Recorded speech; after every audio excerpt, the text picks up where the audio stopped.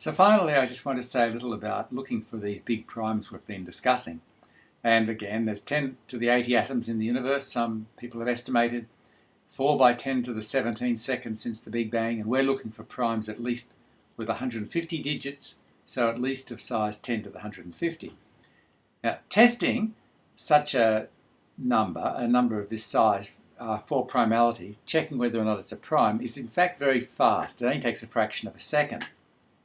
On the other hand, finding the factors of a large non-prime could take the lifetime of the universe with current computing technology.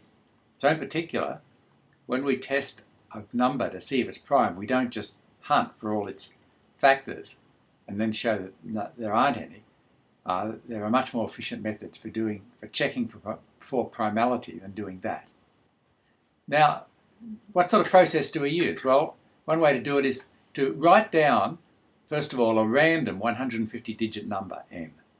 Now, you can do it just by typing 150 digits, but that's not done in practice. There are random number generators which are used for this purpose. And one has to be very careful that these random number generators really are random and that we're using a good process. Otherwise, we might end up with the same program and the same random number as somebody else. And we don't want that for this.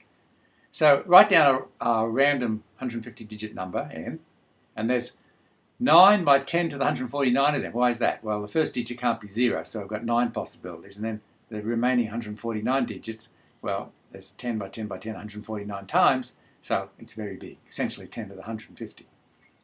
Now what you do is you check n, is it prime or not? If it's not, then you check n plus 1, and then you check n plus 2. Well, the computer checks it for you. And on the average, if we're looking at 150-digit numbers, then 1 in every 345 is prime. So that means that after 345 steps, on average, we'll come to something which is a prime. And all of this just takes a couple of seconds using the program Maple on my laptop.